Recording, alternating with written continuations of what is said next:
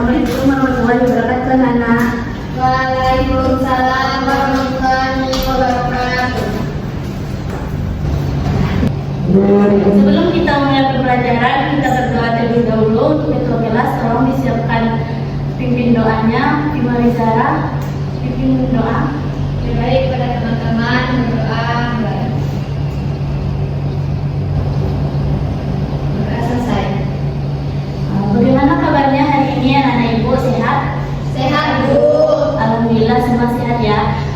Sebelum itu ibu ingin mengambil absensi terlebih dahulu.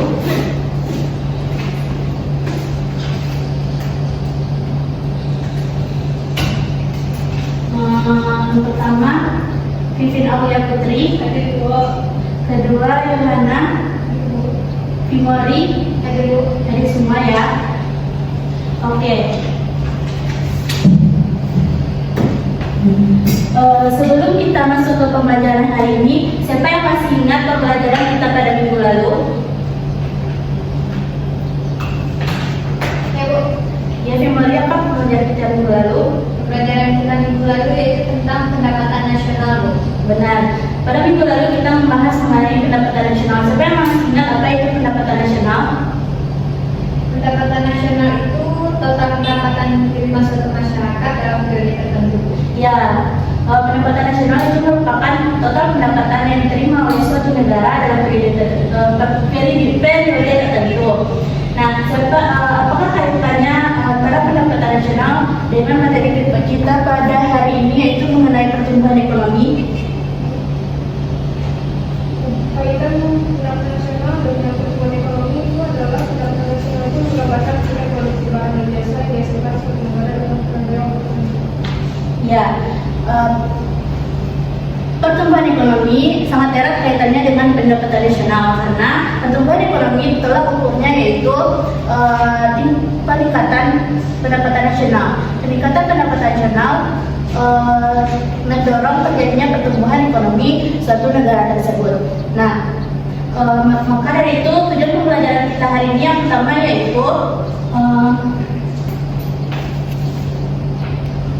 peserta didik dapat memahami definisi dari pertumbuhan ekonomi. Yang kedua yaitu komponen-komponen yang meningkatkan pertumbuhan ekonomi. Yang ketiga teori pertumbuhan ekonomi. Dan terakhir yaitu rumus perhitungan pertumbuhan ekonomi. Nah, Ibu akan memperlihatkan kepada Anda sebuah gambar. Nah, dari gambar ini apa yang tergambarkan di pikiran Anda?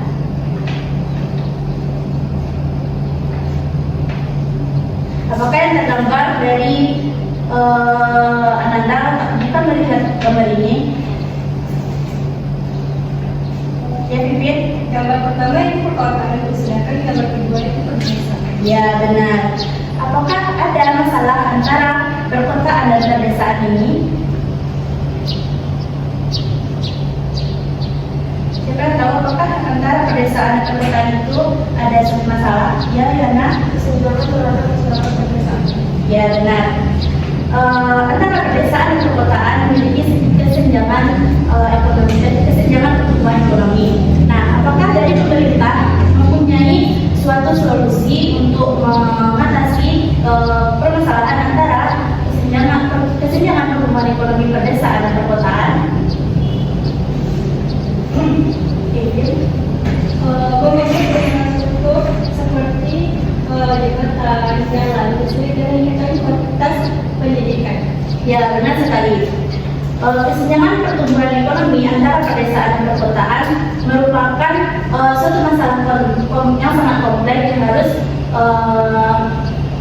masalah yang sangat kompleks yang harus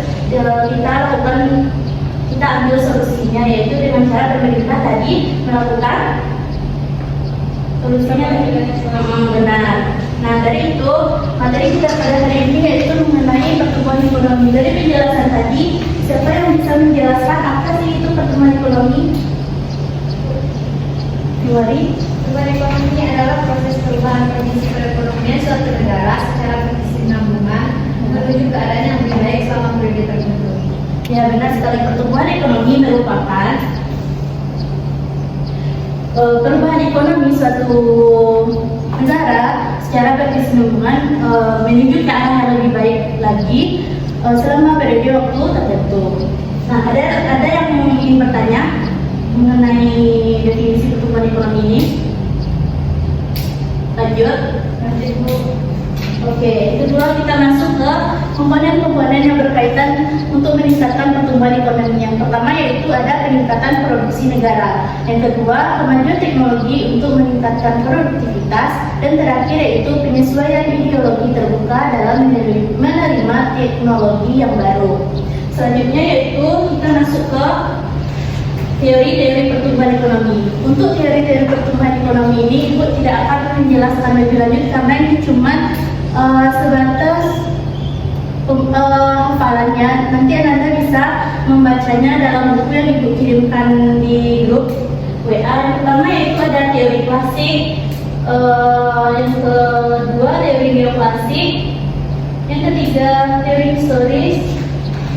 Nah, yang terakhir yaitu kita masuk ke cara perhitungan pertumbuhan ekonomi. Nah, yang ketiga yaitu kita bahas mengenai rumus perhitungan pertumbuhan ekonomi. Nah, laju pertumbuhan ekonomi dapat kita ukur melalui dengan menggunakan tolak ukur penilaian ekonomi, yaitu pergerakan PDB yang dirumuskan dalam persamaan GT sama dengan PDBT kurang PDBT kurang 1 kali 100% dan PDB kurang 1. Nah, sampai situ ada yang ingin bertanya? Ada yang ingin bertanya? Cukup? Oke.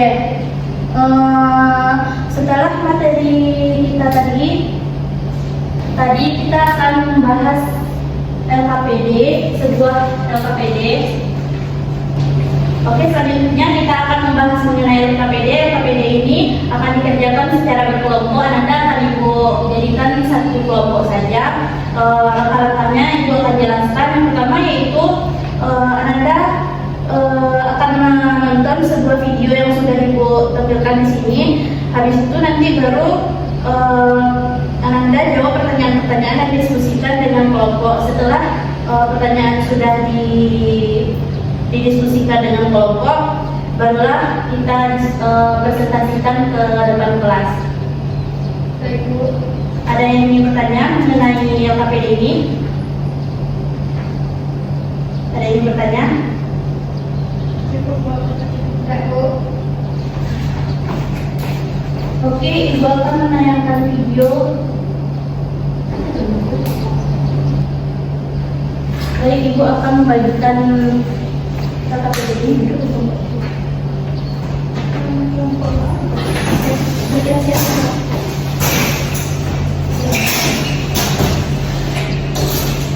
Sudah, Ibu akan menayangkan videonya. Untuk pekerjaan setelah video ini ditayangkan 10 menit ya. Oke, Bu.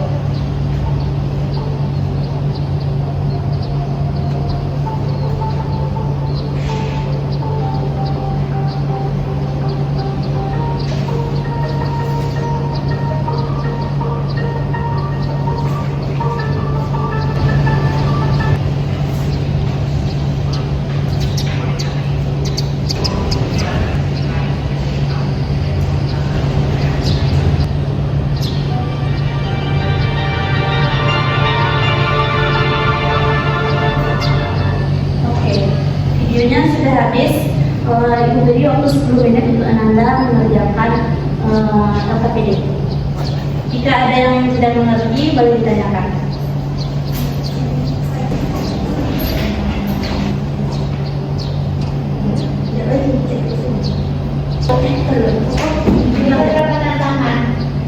Terserah.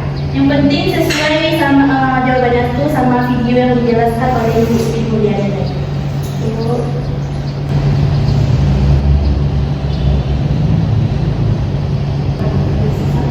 Oke, waktunya sudah habis. Sudah selesai belum?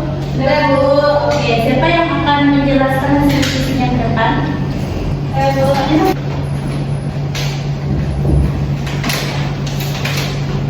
Hasil diskusi kami hari ini adalah Pertama tentang tantangan ekonomi yang disebut oleh film tersebut. Pertama, gejala global. Yang kedua, inflasi.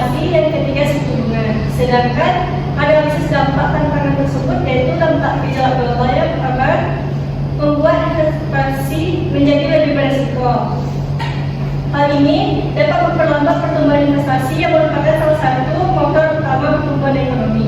Selain itu, gejala dilakukan rupiah akibat gejolak global dapat meningkatkan biaya impor dan memicu inflasi. Yang kedua yaitu dampak inflasi. Inflasi mengurangi daya beli masyarakat, terutama kelompok berpenghasilan rendah. Yang ketiga yaitu dampak suku bunga. Kenaikan suku bunga oleh bank sentral negara lain seperti The Fed dapat memicu capital outflow atau aliran modal keluar dari Indonesia. Sekian dari hasil kelompok kami, Bu. Memang terima kasih Pipin, jawabannya sudah bagus ya. Oke.